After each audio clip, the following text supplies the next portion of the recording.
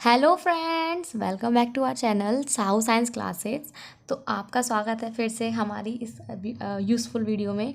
तो जैसा कि आपको पता है कि मैंने लास्ट अभी वीडियो बनाई थी केमिस्ट्री की अनसॉल्व के ऊपर, कि जिसमें हम अनसॉल्व की सीरीज़ चला रहे हैं, जिसमें हम हर दिन एक सेट करेंगे। उस सेट में उस अनसॉल्व में सारे प्रीवियस ईयर के एग्ज़ाम्स हैं। ठीक है, तो जिससे क्या होगा कि आपका रिवीजन भी हो जाएगा और आपको पता भी चल जाएगा कि आपकी कितनी तैयारी है। तो अभी हम केमिस्ट्री के वाले कर रहे थे।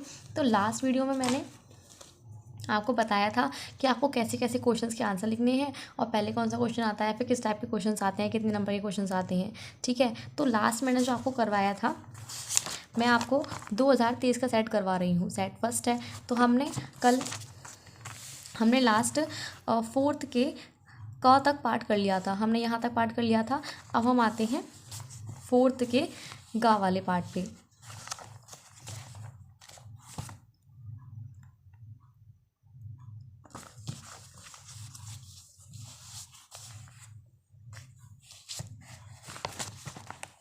अब हम आते हैं फोर्थ के गा वाले पार्ट पे, जिससे हमसे पूछा गया है। ओके, सो अब आज हम करने वाले हैं फोर्थ का ग वाला पार्ट, जिसमें हमसे क्या पूछा गया है, जिसमें हमसे बोला गया है निम्नलिखित पर संक्षिप्त टिप्पणी लिखिए। तो आपको ये 3 टॉपिक्स दे दिए हैं। टिप्पणी का मतलब होता है आपको कुछ भी इसके बारे में लिखना है, जो भी इससे रिलेटेड चीज़ें हैं वो आपको लिखनी है। ठीक है, टिप्पणी करनी है। अब 3 नंबर का मतलब क्या हुआ कि ये जो 3 हमें हेडिंग्स दे रखी हैं, उनमें से पर हेडिंग 1-1 नंबर की है। जैसे प्रोटीनों की द्वितीयक संरचना, तो इसमें 1 नंबर मिलेगा। तो उस अकॉर्डिंग हमको लिखना भी है। ठीक है, वैसे तो ये बहुत लॉन्ग में भी आते हैं, लेकिन अगर ये 1 नंबर के अकॉर्डिंग पूछे गए हैं तो हम 1 नंबर के हिसाब से ही लिखेंगे। ठीक है, तो आइए बिना किसी देरी के हम स्टार्ट करते हैं। तो ये है हमारा क्वेश्चन, जो है फोर्थ का ग वाला पार्ट, जिसका फर्स्ट पार्ट है प्रोटीनों की द्वितीयक संरचना। ये सब मैंने लास्ट करवा दिया आपको पहली वीडियो में। अगर आपने वो वीडियो नहीं देखी है तो जाके देखिए, बहुत इंपॉर्टेंट है और अच्छे से आप करिएगा। ठीक है, तो उसके बाद आप इसे देखेंगे तो फिर क्या है, ग का फर्स्ट पॉइंट है हमारा प्रोटीनों की द्वितीयक संरचना। हमें क्या बतानी है, प्रोटीनों की द्वितीयक संरचना। तो देख लेते हैं हम। देखो, प्रोटीन्स क्या होते हैं, जो हमारे को एनर्जी देते हैं। आपको पता है कि दाल में प्रोटीन होता है और दूध में प्रोटीन होता है, और जो भी ड्राई फ्रूट्स हैं, इन सब में प्रोटीन होता है। तो प्रोटीन की जो संरचना होती है वो 4 टाइप की होती है। अगर हम डिटेल में बात करें तो प्राथमिक संरचना, द्वितीयक संरचना, तृतीयक संरचना और चतुर्थक संरचना। अब द्वितीयक संरचना के बारे में पूछा गया है तो उसके बारे में पढ़ लेते हैं। तो प्रोटीन की सबसे लंबी लचीली श्रृंखलाएं मुड़कर हाइड्रोजन आवंत द्वारा अपेक्षाकृत दृढ़ रचना का निर्माण करती हैं। तो उन्होंने ये बोला है, जो प्रोटीन की सबसे लंबी लचीली श्रृंखला, लचीली मतलब आराम से मुड़ जाती है, वो श्रृंखला क्या है, मुड़कर हाइड्रोजन आवंत द्वारा, जो हाइड्रोजन बॉन्डिंग होती है उसके थ्रू अपेक्षाकृत दृढ़ मतलब कठोर रचना का निर्माण करती है, जिसे ही हम प्रोटीन की द्वितीयक संरचना कहते हैं। ठीक है, इसी को हम प्रोटीन की द्वितीयक संरचना कहते हैं। तो ये 2 प्रकार की होती है, अल्फा हेलिक्स संरचना और बीटा चपटी चालक संरचना। हेलिक्स का मतलब होता है सर्पिलाकार, जैसे सांप की वो होती है ना शेप, वैसे ही हेलिक्स होते हैं। तो जो प्रोटीन है उसकी द्वितीयक संरचना जो है वो 2 प्रकार की होती है, अल्फा हेलिक्स और बीटा चपटी चालक संरचना। ये संरचनाएं जो होती हैं वो पेप्टाइड आबंध हमारा ये होता है, पेप्टाइड आबंध के तथा NH2 समूह के, मतलब ये एमीन समूह है, एमीन समूह के हाइड्रोजन बंध द्वारा मुख्य श्रृंखला के नियमित कुंडलन में उत्पन्न होती हैं।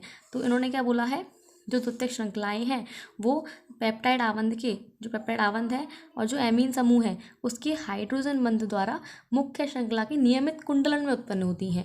जो कुंडली बनती है ना, उसमें उत्पन्न होती हैं हमारी द्वितीयक श्रृंखलाएं या द्वितीयक संरचनाएं। तो इसे आप अच्छे से लिख लीजिएगा। अब हम आते हैं अपने नेक्स्ट क्वेश्चन पे। तो अब देखो, इसमें फोर्थ गा वाला हम पार्ट कर रहे थे ना, तो उसमें फर्स्ट पार्ट तो हमारा हो गया है प्रोटीन वाला। अब आते हैं पेप्टाइड बंध। जो भी पेप्टाइड बंध आया था इसके बारे में अब हम सीखेंगे पेप्टाइड बंध होता क्या है। तो पेप्टाइड बंध जान लेते हैं। पेप्टाइड बंध क्या है, तो रासायनिक रूप से पेप्टाइड बंध COOH समूह तथा NH2 समूह के मध्य बना होता है। ठीक है, तो उन्होंने क्या बोला है, अगर हम बात करें पेप्टाइड बंध की तो वो एक तो कार्बोक्सिलिक समूह से और एमीन समूह के साथ एक बॉन्ड होता है, इसी को हम पेप्टाइड बंध कहते हैं। दो एक जैसे अथवा भिन्न अमीनो अम्लों के अणुओं के मध्य अभिक्रिया एक अणु के अमीनो समूह तथा दूसरे अणु कार्बोक्सिलिक समूह के संयोग से होती है।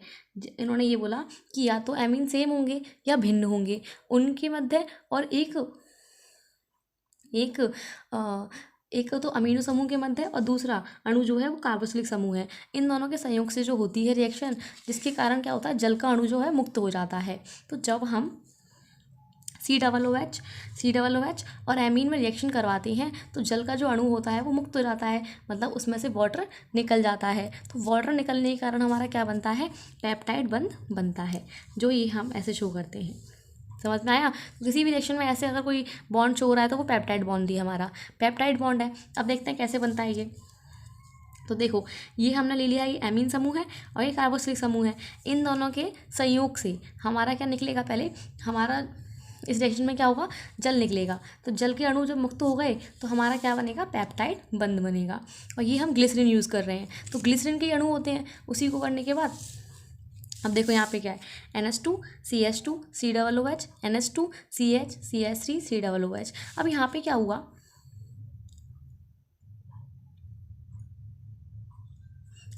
हुआ, कि इसका ये OH समूह और इसका एक हाइड्रोजन, देखो ऐसे N के पास 2 H हैं जैसा आपको दिख रहा है, तो 2 H हैं, तो इसमें से एक H इसके साथ चला जाएगा तो H2 निकल जाएगा हमारा। तो बचा क्या यहाँ पे, NH2 CH2 CO।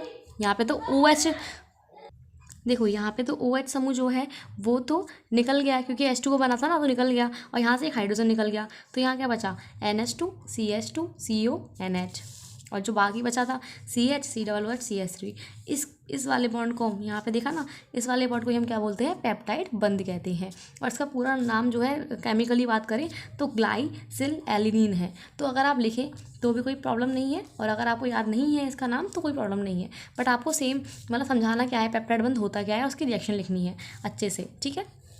तो ये था हमारा पेप्टाइड बंध होता क्या है। आई होप आपको समझ में आया हो।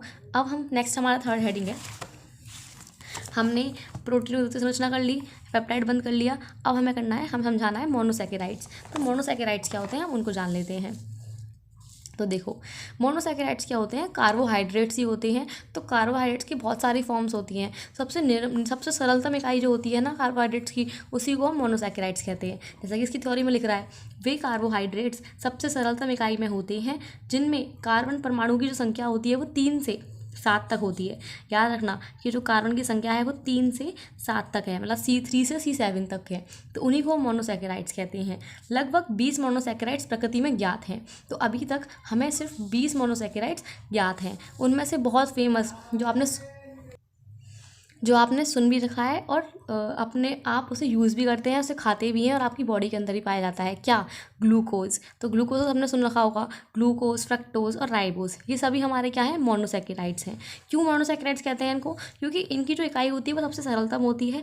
इनको तोड़ने पर क्या होता है कि ये जल और अल्कोहल में डिवाइड हो जाते हैं, जल और अल्कोहल में विभाजित हो जाते हैं। लेकिन बाकी जो भी और सैकेराइड्स होते हैं उन्हें तोड़ने पर वो मोनोसैकेराइड्स में कन्वर्ट होते हैं, ठीक है। आया आपको समझ में आया हो। तो अब देखो, इसकी एग्जांपल ये है हमारा राइबोस। तो ये राइबोस की डायग्राम है, कितने कार्बन से देख लो, संरचना है राइबोस की 1 2 3 4 5, तो 5 है। इन्होंने बोला था ना 3 से 7 तक होती है सिर्फ, तो 3 से 7 तक में तो ये राइबोस के आ गया है। तो मैंने डायग्राम क्यों बनाया है आपके लिए, जिससे आप मोनोसैकेराइड्स के बारे में लिख के आएँ और अच्छे से इसको भी लिख कर आएँ। चाहे 1 नंबर का क्वेश्चन है लेकिन लिखें ऐसा कि 1 नंबर भी एग्जाम में खुश होकर आपको दे अच्छे से। और राइटिंग अपनी अच्छी रखिएगा, राइटिंग बहुत मैटर करती है पेपर में, ठीक है। और डायग्राम भी अच्छे से बनाइएगा। अगर ब्लू पेन से बनाना है तो ब्लू पेन से बनाइए, ब्लैक पेन से बनाना है ब्लैक पेन से बनाइए, लेकिन ब्लू और ब्लैक बना के, ब्लू पेन और ब्लैक पेन के अलावा कुछ और मत यूज़ करना। कोई भी हाईलाइटर नहीं यूज़ करना, वाइटनर तो बिल्कुल यूज़ नहीं करना, गलती हो जाए तो कोई प्रॉब्लम नहीं है, ज़्यादा से ज़्यादा कोशिश करना है गलती ना हो। ओके, अब हम बढ़ते हैं नेक्स्ट क्वेश्चन पे। तो हमारा 4th का वाला पार्ट कंप्लीट हो गया, ग वाला पार्ट कंप्लीट हो गया। अब हम करेंगे घ वाला पार्ट, ठीक है। तो घा में क्या है, निम्नलिखित का कारण बताना है आपको। तो आपको 2 पॉइंट्स दे रखे हैं। एक तो एनिलीन फीटल क्राफ्ट अभिक्रिया प्रदर्शित नहीं करती है, तो क्यों नहीं करती है, उसका कारण बताओ। तो जो एनिलीन है, पहले बता देती हूँ आपको एनिलीन होती क्या है।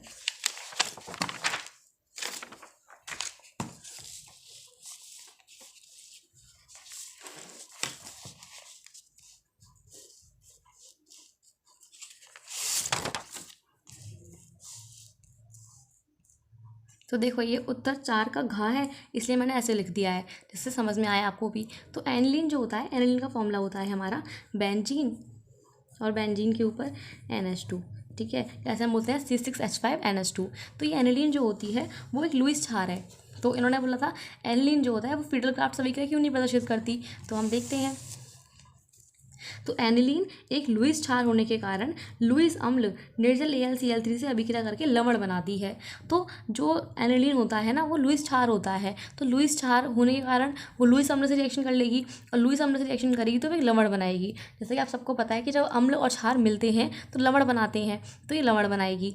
इसी कारण परिणाम स्वरूप एनिलीन का नाइट्रोजन परमाणु जो होता है वो धनावेश ग्रहण कर लेता है, तथा यह इलेक्ट्रॉन रागी प्रतिस्थापन अभिक्रियाओं के लिए प्रबल निष्क्रियक समूह के रूप में कार्य करता है। निष्क्रियक का मतलब जो क्रिया नहीं करता। तो जो N परमाणु है उसने पॉजिटिव ग्रहण कर लिया, इसी चक्कर में वो इलेक्ट्रॉन रागी प्रतिस्थापन अभिक्रियाओं के लिए निष्क्रियक का समूह के रूप में कार्य करता है। इसी कारण ये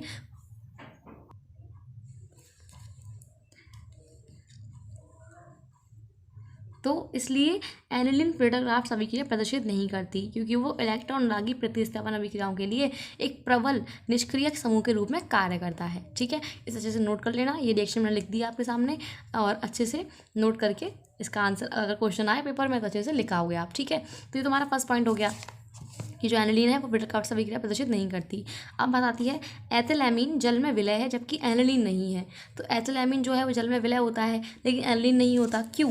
तो इसका रीज़न देख लेते हैं।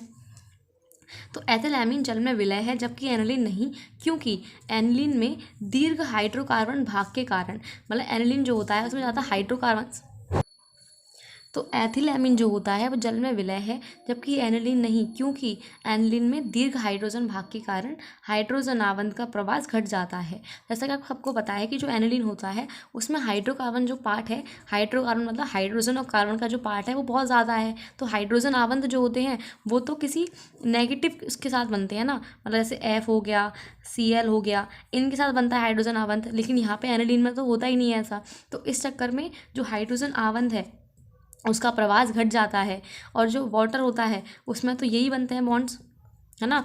तो ये चीज़ होती है। इस चक्कर में एनिलीन जब, इसलिए ही एनिलीन जल में अविलय होता है, इसलिए एनिलीन जो होता है जल में घुल नहीं पाता। ठीक है, इजी था, कुछ नहीं था कि हाइड्रोकार्बन भाग ज़्यादा है तो इसलिए हाइड्रोजन आवंत नहीं बन पाते, घट जाता है हाइड्रोजन आवंत का प्रवास, इसलिए एनिलीन जल में अविलय होता है। ओके, सो ये दो हमारे कारण बताने थे, हमने कारण बता दिए अच्छे से। 1.5 नंबर के क्वेश्चंस हैं तो 1.5 नंबर के अकॉर्डिंग ये सब ठीक है। और अगर आपको और नंबर चाहिए तो आप थोड़ा और लिख कर सकते हैं, अगर आपको जो भी नॉलेज आए लिख देना अच्छे से। इसके बाद फिर आते हैं फोर्थ के, हमारे सारे पार्ट्स कंप्लीट हो चुके हैं। अब हम आते हैं फिफ्थ पे। तो फिफ्थ के जो क्वेश्चन है वो सारे 4-4 नंबर के हैं, जैसे आप देख पा रहे हैं 2 नंबर 2 नंबर मतलब 4 नंबर के। तो फिफ्थ में हमारे चारों क्वेश्चन हैं, और चारों क्वेश्चन के हर क्वेश्चन में 4-4 नंबर मिलेंगे आपको, तो 16 नंबर पक्के होने वाले हैं अगर आपने अच्छे से इनको पढ़ा दो। तो फिफ्थ का है परासरण एवं परासरण दाब से आप क्या समझते हैं, पहले तो आपको ये बताना है। फिर आपको एक न्यूमेरिकल दे रखा है जिसमें आपको परासरण दाब ही निकालना है। तो सबसे पहले हम देखते हैं परासरण और परासरण दाब होता क्या है। तो आइए देखते हैं, बहुत इजी है, कोई टेंशन लेने वाली बात नहीं है। अगर आप इसी सीरीज़ में बने रहेंगे और अनसॉल्व आप सॉल्व कर लेंगे 23 और 22 21 की, तो आपके पेपर में कुछ भी क्वेश्चन नहीं छूटेगा, ये मेरी गारंटी है। तो बस इस सीरीज़ में बने रहिए, शेयर कीजिए ज़्यादा से ज़्यादा और लाइक कीजिए अगर पसंद आए तो। और अगर आपको कोई भी कमेंट करना, कुछ भी चीज़ आपको समझ नहीं आ रही है, कुछ भी चीज़ आपको बेकार लग रही है, तो उसमें आप कमेंट करके बता सकते हैं कि हमें ये यहाँ से प्रॉब्लम थी या हमें यहाँ से प्रॉब्लम हुई। ठीक है, अब देखो फिफ्थ का है विलायक का कम सांद्रता के विलयन से अधिक सांद्रता के विलयन की ओर अर्धपारगम में झील में से अर्धपारगम में झिल्ली, ये झिल्ली है। तो विलायक का जो कम सांद्रता है, विलायक की जो कम सांद्रता के विलयन से अधिक सांद्रता के विलयन की ओर अर्धपारगम में झिल्ली में से प्राकृतिक प्रवाह जो होता है उसे परासरण कहते हैं। तो जैसे जो विलायक होता है ना, अगर वो कम सांद्रता वाला है, वहाँ से वो विलयन से अधिक सांद्रता के विलयन की ओर अर्धपारगम में झिल्ली मतलब ये होता है चलनी, होता है हमेशा चलनी, वैसे झिल्ली होती है। तो उसमें से प्राकृतिक जो प्रवाह होता है उसी को हम परासरण कहते हैं। क्या कहते हैं? परासरण। अब परासरण दाब क्या होता है उसको समझ लेते हैं।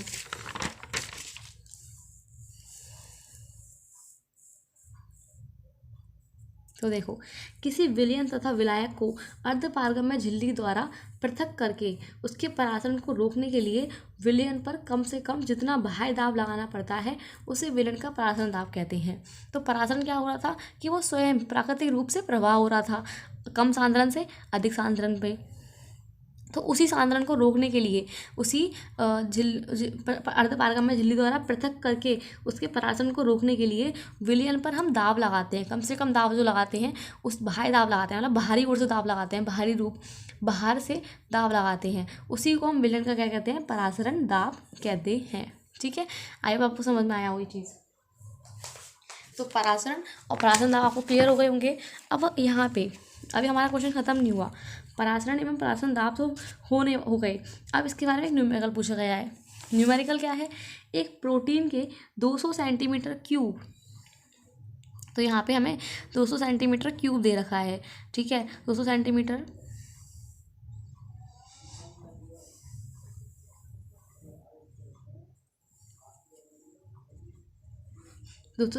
क्यूब जलीय विलयन में 1.26 ग्राम प्रोटीन है हमारा। अब प्रोटीन का जो मोलर द्रव्यमान है, मतलब जो प्रोटीन का परमाणु भार है, वो मोलर द्रव्यमान जो है 61.022 ग्राम मोल इनवर्स है। 300 केल्विन पर इस विलयन का परासरण दाब निकालना है आपको। तो सुनो, सबसे पहले यहाँ पे आप लिख लीजिए परासरण दाब इजिकल्स टू क्या होता है। तो परासरण दाब इजिकल्स टू होता है पाई या पी इजिकल्स टू N/V/RT। ठीक है, ये फॉर्मूला होता है परासरण दाब का, इसके थ्रू हम आराम से निकाल लेंगे। अब हमें क्या निकालना है, न्यूमेरिकल निकालना है। तो अब यहाँ पे लिख लीजिए अंकिक प्रश्न का हल। तो अंकिक प्रश्न का हल है, सबसे पहले हम यहाँ पे देखेंगे कि हमारे पास फॉर्मूला क्या होता है। तो पाई इजिकल्स टू क्या होता है, देखो यहाँ पे n है और n की वैल्यू होती है भार बट्टे में अणुभार। ठीक है, और हाँ, तो n की वैल्यू मैंने यहाँ पर दी W/m, मतलब भार बट्टे अणुभार। ये मैंने आपको पहले भी न्यूमेरिकल करते टाइम बता रखा है। ठीक है, और यहाँ पे हमारा क्या है R × T, और ये अपॉन में ही क्या है हमारा VV है। तो हमारे पास W क्या है, भार, M क्या है, अणुभार, जो हमें दे रखा है प्रोटीन का मोलर द्रव्यमान। R एक नियतांक होता है जिसकी वैल्यू होती है 0.0821। T हमारा क्या दे रखा है, T हमारे क्वेश्चन में दे रखा है 300 केल्विन। ठीक है, ये हमारा M है, M जो है 1.26 ग्राम है, सॉरी जो हमारा W है वो हमारा 1.26 ग्राम है, जो मोलर द्रव्यमान है वो हमारा स्मॉल m है, और 300 कैलोरी हमारा T है। R की वैल्यू निश्चित होती है। और यहाँ पे V क्या है, अब आप V कन्फ्यूज हो जाएंगे कि V क्या है। तो V हमारा ये है, जैसे आपको पता है कि जो आयतन होता है उसका मात्रा क्या होता है, क्यूब में ही तो आता है। तो ये जो 200 सेंटीमीटर क्यूब है वो आपका आयतन ही है, बट उसे आपको कन्वर्ट करना होगा लीटर में। तो इसको कंफ्यूज ना हो, इसलिए कंफ्यूज हो जाए आप, इस चक्कर में इन्होंने 200 सेंटीमीटर क्यूब लिख दिया है। तो देखो कुछ नहीं करना, सबसे पहले आपको पता चल गया W क्या है, R क्या है, T क्या है, M क्या है, V क्या है। अब हम स्टार्ट करते हैं। तो जो V है वो हमारा क्या है, प्रोटीन विलयन का आयतन होता है, प्रोटीन का विलयन आयतन है लीटर में है। तो 200 सेंटीमीटर क्यूब दे रखा है, 200 सेंटीमीटर क्यूब है, उसको हमें करना है कन्वर्ट लीटर में। तो हम क्या करेंगे, 10⁻³ या तो 1000 से डिवाइड कर देंगे या 10⁻³ ऊपर ले लेंगे। तो कितना आ जाएगा, अब ये 2 ज़ीरोज़ हैं, 2 ज़ीरो, तो ये हो जाएगा ना 2 × 10⁻² और 10⁻³ तो ये -3 है और ये 2 है, तो कितना हो जाएगा -1, 2 × 10⁻−1। इसको सॉल्व करोगे तो कितना आ जाएगा 2/10, 1/5, और सॉल्व करने के बाद आ जाएगा 0.2। तो 0.2 लीटर आ गया, मतलब जो आयतन है वो 0.2 हो गया। अब सबकी वैल्यू अच्छे से दे रखी है, तो बस सॉल्व कर दीजिए। तो हमें निकालना क्या है, परासरण दाब निकालना है। हमें निकालना क्या है, परासरण दाब निकालना है। परासरण दाब निकालना है तो पाई = W, मतलब प्रोटीन का भार कितना है 1.26 मल्टीप्लाई R कितना है 0.0821, T कितना है 300 केल्विन। अच्छा, याद रखिएगा कि अगर ताप आपको केल्विन में नहीं दे रखा हो और सेल्सियस में दे रखा हो तो सेल्सियस से केल्विन में चेंज करते हैं। ओके, अब M कितना है 61.022, V कितना निकाला था 0.2। तो बस इस पूरे को अच्छे से सॉल्व कर लीजिए। तो देखो यहाँ पे पॉइंट के बाद 1 2 3 4 है, यहाँ पे 3 है, पहले पॉइंट से पॉइंट कैंसिल करो, यहाँ पे 4 थे, यहाँ पे 3 थे, तो एक 0 बढ़ गई। यहाँ पॉइंट से यहाँ पॉइंट, पॉइंट के बाद 2 है, यहाँ पे पॉइंट के बाद 1 है, तो यहाँ पे एक और आ जाएगा, है ना। जहाँ कम है वहाँ पे तो बढ़ाते हैं। अब ये देखो 2 0 से कैंसिल हो गए। उसके बाद इसे अच्छे से लिख लो, और आपको पेपर में काट के नहीं दिखाना, सीधे आपको मन में काटना है। 821 मल्टीप्लाई 3 61022 मल्टीप्लाई 2। अब इसे हम सॉल्व करेंगे पूरा। जब सॉल्व करोगे ना तो उसका जो आंसर आने वाला है आपका वो 2.57 समथिंग कुछ आने वाला है, तो 2.57 बार हो जाएगा। तो ये हमारा प्रासंद आप निकल कर आया। आई होप आपको समझ में आया हो कि क्वेश्चन कैसे हमने सॉल्व किया, हमें ये चीज़ें दे रखी थी और कैसे हमने प्रासंद आप निकाला। ठीक है, देखो अगर आपको समझ नहीं आता तो फिर से वीडियो को देखा करो और फिर अपने आप ट्राई करता करो, आराम से समझ में आ जाएगा। ठीक है, अब हम आते हैं नेक्स्ट क्वेश्चन पे। 5th का ख क्या है, उसमें भी 2 पॉइंट्स हैं। रासायनिक अभिक्रिया के वेग से आप क्या समझते हैं, और राउल्ट का नियम। राउल्ट का नियम बहुत इंपॉर्टेंट है और मैंने डिटेल में राउल्ट का नियम समझा रखा है, तो आप वीडियो जाके दे सकते हैं। ओके, तो रासायनिक अभिक्रिया का वेग क्या होता है, देखो वह दर जिस पर समय के साथ साथ अभिकारक पदार्थों का सांद्रण परिवर्तित होता है। तो देखो अभिक्रिया का जो वेग होता है ना, जब आप कोई रिएक्शन कर रहे हैं, तो अगर समय आपने मतलब आपने रिएक्शन स्टार्ट नहीं की तो T 0 है, तो आपका जो अभी उत्पाद है वो भी 0 रहेगा, क्योंकि आपने रिएक्शन स्टार्ट नहीं की है। जैसे जैसे आपका रिएक्शन आप स्टार्ट करोगे तो धीरे धीरे जो आपका अभिकारक होगा ना, अभिकारक के जो पदार्थ होंगे उनकी जो सांद्रता होगी वो परिवर्तित होती जाएगी, मतलब वो कम होती जाएगी, और जो उत्पाद है वो बनता जाएगा। तो उसी की दर को हम बोलते हैं अभिक्रिया का वेग। वह दर जिस पर समय के साथ साथ अभिकारक पदार्थों का सांद्रण परिवर्तित होता है अभिक्रिया का वेग कहलाता है। एग्जाम्पल ले लो, T आपका 0 है, मतलब इस समय 0 है, तो जो आपका अभिकारक है वो तो पूरा 100 होगा, लेकिन जो उत्पाद है वो तो 0 रहेगा ना, क्योंकि हमने टाइम अभी स्टार्ट ही नहीं किया, हमने रिएक्शन अभी स्टार्ट ही नहीं की। अब मान लो कि T बराबर 5 सेकेंड बाद, कि मतलब हमने टाइम स्टार्ट कर दिया, 5 सेकेंड हो चुके हैं, तो जो मान लो कि A जो है वो हमारा 90 हो गया, तो P कितना हो गया, 10% हो गया ना हमारा, मतलब A हमारा घट रहा है और P हमारा बढ़ेगा। तो समय के साथ साथ अभिकारक पदार्थों का सांद्रण जो होता है वो परिवर्तित होता रहता है, इसी को हम अभिक्रिया का वेग कहते हैं।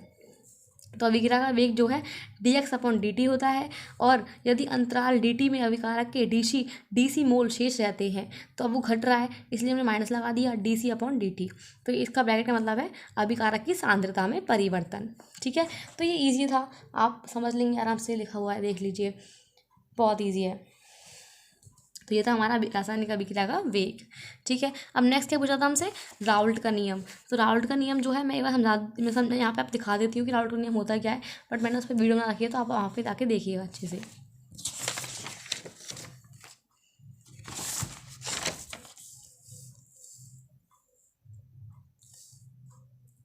तो देखो राउल्ट का नियम जो होता है, किसी विलायक में अवाष्पशील विलय मिलाने पर प्राप्त विलयन के वाष्प दाब का अपेक्षित अवनमन उसमें विद्यमान विलय पदार्थों के मूल प्रवास के बराबर होता है। जो भी विलयन का वाष्प दाब का अपेक्षित अवनमन होता है ना, वो विलय के मूल प्रवास के बराबर होता है। इसे मैं डिटेल में नहीं समझाऊंगी यहाँ पे, क्योंकि मैंने उस वीडियो समझा दिया है, तो वहाँ जाके अच्छे से देख लीजिएगा। इसका फॉर्मूला याद रख लो, P0 minus PS/P0 equals to N/N+N होता है। P0 और PS यहाँ पे विलायक तथा विलयन के वाष्प दाब हैं, और ये पूरा हमारा क्या है, ये विलय के मूलों की संख्या है, विलायक के मूलों की संख्या है।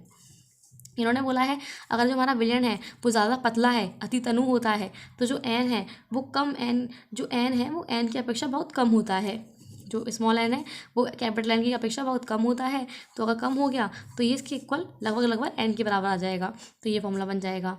राउल्ट का नियम यही होता है, इसे अच्छे से इस वीडियो में देख लीजिएगा, समझ में आ जाएगा। नेक्स्ट क्वेश्चन हमसे क्या बोला, 5th का ग है, निम्नलिखित को कारण सही समझाइए। तो आपको 2 पॉइंट्स हैं और दोनों में कारण बताना है। जैसे ऊपर वाला बताया था हमने कारण, वैसे ही यहाँ पे बताना है। तो संक्रमण धातुएं सामान्यतः रंगीन यौगिक बनाती हैं, क्यों? तो संक्रमण धातुएं क्या होती हैं, जो डी ब्लॉक के एलिमेंट्स होते हैं वो मोस्ट ऑफ कलरफुल क्यों होते हैं? तो उसका रीज़न क्या है, आज हमें पता चल जाएगा। तो संक्रमण धातुएं सामान्यतः रंगीन यौगिक इसलिए बनाती हैं क्योंकि उनके तत्वों के जिन आयनों में क्योंकि उनके तत्वों के जिन आयनों में n-1 उपकोष पूरा भरा नहीं होता। इसका मतलब अगर उनके लास्ट कोशों में इलेक्ट्रॉन्स अयुग्मित होते हैं, इस कारण वो यौगिक रंगीन होते हैं। अर्थात n-1 उपकोष में अयुग्मित इलेक्ट्रॉन होते हैं, उनके आयन तथा यौगिक रंगीन होते हैं। जैसे कॉपर 2 पॉजिटिव है, उसके जो आयन कॉपर 2 पॉजिटिव आयन है, इसमें D9 होता है। अब हम इसको भरते हैं तो डी में कितने होते हैं? 5 होते हैं। तो अब देखो 9 है, तो 1 2 3 4 5 6 7 8 9, तो एक अयुग्मित रह गया इलेक्ट्रॉन। इसी कारण जो कॉपर 2 पॉजिटिव, इसलिए कॉपर 2 पॉजिटिव जो होता है नीले रंग का होता है। क्यों होता है? क्योंकि उसके लास्ट कोश में अयुग्मित इलेक्ट्रॉन, मतलब पेयर्ड इलेक्ट्रॉन्स नहीं होते, अनपेयर इलेक्ट्रॉन्स होते हैं, इसलिए। ठीक है, अब देखते हैं नेक्स्ट क्वेश्चन क्या है हमारा। तो सेकंड क्वेश्चन है हमारा, संक्रमण धातुएं तथा इनके ज़्यादातर यौगिक अणुचुंबकीय होते हैं, तो क्यों? पहले पूछा था उन्होंने कि रंगीन यौगिक बनाते हैं क्यों, और अब पूछा है कि अणुचुंबकीय क्यों होते हैं। तो इसका रीज़न भी वही चीज़ है। देखो, अधिकतर संक्रमण तत्वों में n-1 कोश की डी उपकोष, मतलब कि जो लास्ट कोश होते हैं, लास्ट इलेक्ट्रॉन्स जो होते हैं जिस कोश में, आंशिक भरे होने के कारण, आंशिक भरे होने का मतलब पूरा नहीं भरे होते, उसमें अनपेयर इलेक्ट्रॉन भी पाए जाते हैं, तो इस कारण ये अनुचुंबकीय गुण प्रदर्शित करते हैं। डी उपकोष के अयुग्मित इलेक्ट्रॉनों का चुंबकीय आघूर्ण प्रचक्रण कोणीय संवेग तथा कक्षीय कोणीय संवेग से संबंधित होते हैं। इस चक्कर में ये जो है अनुचुंबकीय गुण प्रदर्शित करते हैं। ठीक है, अब क्या है कि ये तो हमारे रीजंस थे, आप इनको देख लीजिएगा, नोट कर लीजिएगा, और ये क्वेश्चन के आंसर आपको ऐसे करने हैं। अब आता है फिफ्थ क्वेश्चन का घ वाला पार्ट। घ वाला पार्ट क्या है? इसमें आपको IUPAC बतानी है। लास्ट मैंने IUPAC के बारे में वीडियो दे रखी है, जो आप जाके देख सकते हैं, जिसमें मैंने सारे अच्छे से रूल्स बताए हैं डिटेल में कि कैसे कैसे आप इन IUPAC को सॉल्व करेंगे। तो उस वीडियो को जाके देखिएगा, फिर इन क्वेश्चन को सॉल्व करिएगा। ये आपके घर के होमवर्क के लिए है, बट इसमें से मैं आपको एक बताऊँगी सिर्फ, जिससे आप और प्रैक्टिस कर सकें। तो देखो मैं ये वाला बताती हूँ। इसमें क्या है, इसमें 2 टाइप होते हैं, पॉजिटिव पार्ट और नेगेटिव पार्ट। तो आगे वाला हमेशा पॉजिटिव पार्ट रहता है, पीछे वाला नेगेटिव पार्ट। तो ये पूरा ब्रैकेट वाला ना पॉजिटिव पार्ट है और ये पीछे वाला नेगेटिव पार्ट है। तो IUPAC करते टाइम सबसे पहले हम पॉजिटिव पार्ट का नाम लिखते हैं, और अगर पॉजिटिव पार्ट में लिगेंड आ जाए तो लिगेंड का नाम पहले लिखेंगे। अब लिगेंड्स क्या होते हैं वो वीडियो में मैंने आपको बता रखा है। तो ये हमारा मेटल आयन है, ये हमारे लिगेंड्स हैं जो इससे कनेक्टेड रहते हैं, जो इलेक्ट्रॉन पेयर्स इसको दान करते हैं। तो देखो यहाँ पे एक क्लोरो है और ये हमारा एथिलीन डाईएमीन है। तो कैसे करेंगे? अब जो क्लोरीन है वो 2 है, तो इसका नाम रखेंगे हम डाई क्लोरो, और ये जो EN है इसका नाम क्या होता है? एथिलीन डाईएमीन,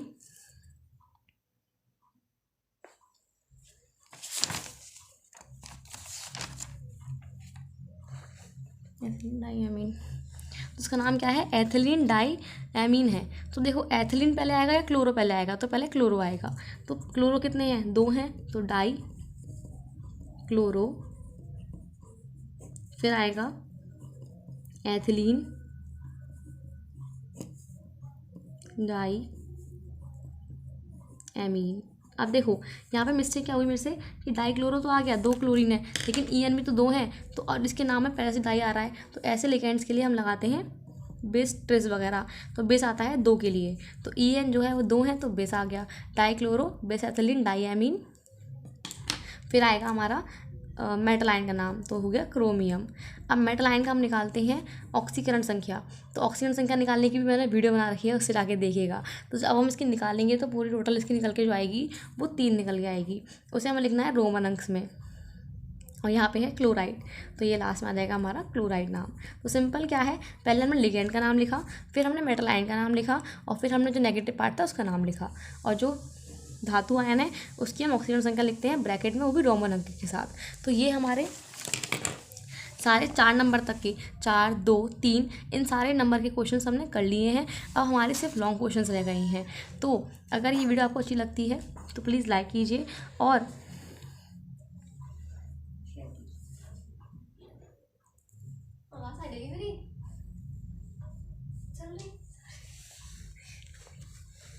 तो इन लास्ट ये लॉन्ग क्वेश्चंस हैं, उनको हम नेक्स्ट वीडियो में करने वाले हैं। तो अगर आपको ये वीडियो अच्छी लगी हो तो प्लीज़ लाइक कीजिए, चैनल को सब्सक्राइब कीजिएगा, एंड अपने फ्रेंड्स के साथ शेयर कीजिएगा। Thank you so much.